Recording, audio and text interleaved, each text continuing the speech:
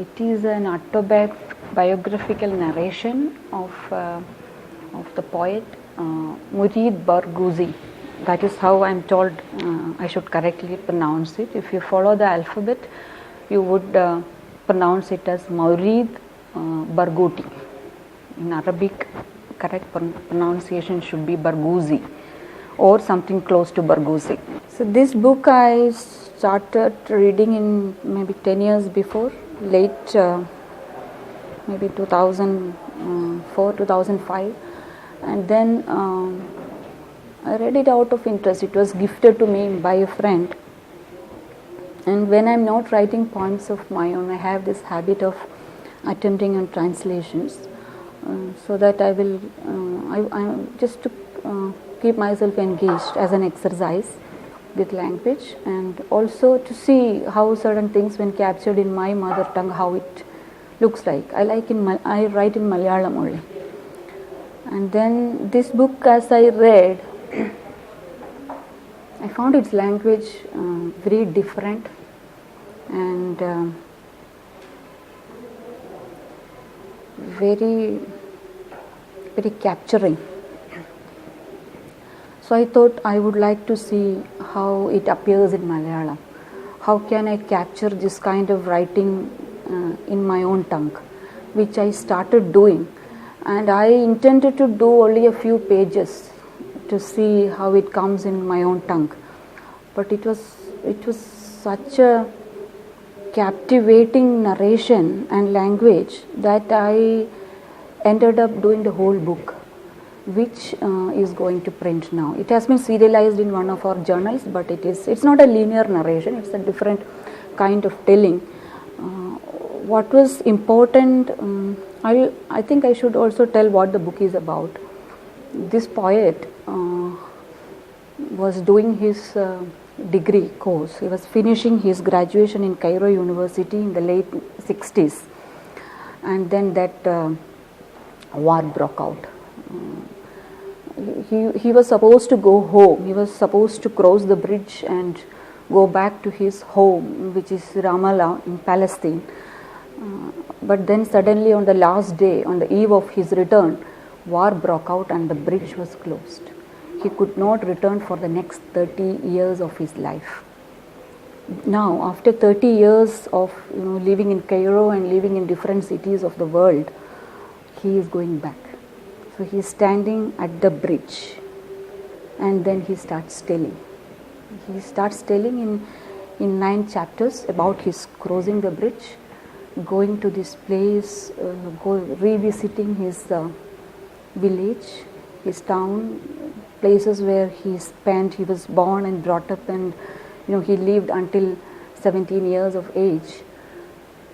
And what I liked about this is the language and not the content. The content, we all know, is very political, because a Palestinian is talking about his return to his own land after 30 years of living in other places, being part of Palestinian diaspora. We know the world outside largely knows what the political content of it, and of course it is important. But the way he is telling, he is not loud. He is such a control over his language and his emotions, and he keeps a certain pace, which is the pace of a walking. It is sometimes very brisk, sometimes very slow, sometimes very easy, and he consciously is never ever loud. Even when he wants to scream, he says, "No, we should not scream, because screaming is not what we should do." And he doesn't consider himself and his people, the Palestinian people, he doesn't think they deserve anything special in terms of their expressions. Their experience may be different, their experience may be very bad, and he says there are many people in the world who have worse experiences, similar experiences.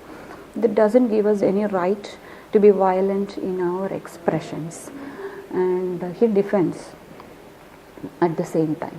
So then it is a miracle, I was so excited to see the language becoming the content. and it's the language of a poet. So it's very poetic, and he consciously discards romanticism. He is very realistic, and realistic in a different sense of the word, of course. It has many layers of realism attached to it, and hence very authentic. And that is what made me do the work. So I did it, and it is. No, that is very interesting. Good that you asked that question. I read the English, which is a translation by an Egyptian novelist, Aftab's wife. What I did is, when I started translating, I got an original Arabic. He wrote in Arabic. The original was written in Arabic. He writes in Arabic. His poetry also he writes in Arabic. So I got this book, and then I waited for some time looking for an Arabic scholar. Finally, I was so fortunate to have a person who is a very senior writer in Malayalam, who is a language scholar and who has such deep knowledge in Arabic literature and history as well. His name is V.A. Kabir, and I did the translation into Malayalam from the English, which he went through with the help of the original in Arabic, and then we worked again on that. And there were certain parts where the references which had very deep cultural and very subtle cultural suggestions were not captured in English, which I could do because of his help. So that is how I have done. I have done another, I have an addition which is not there in English translation, because in the English they don't have footnotes. But I thought it would be appropriate to give a proper footnotes, which finally became a parallel narration of the history of the last 100 years of this Palestine life. No, not Palestine life, the conflict. Actually, I will not be able to tell that. Someone else will have to tell, who knows both languages. And so if I can go by what my Arabic scholar friend says, I have done a decent job. It is not because I should thank the English translator also, because her translation is said to be very good, in which she must have succeeded to a good degree in capturing this tone, which that is one thing which excited me in the very beginning as well, which I tried to do. So the circle was complete.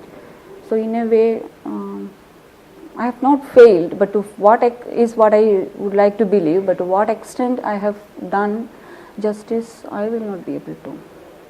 No, it is very much geographical.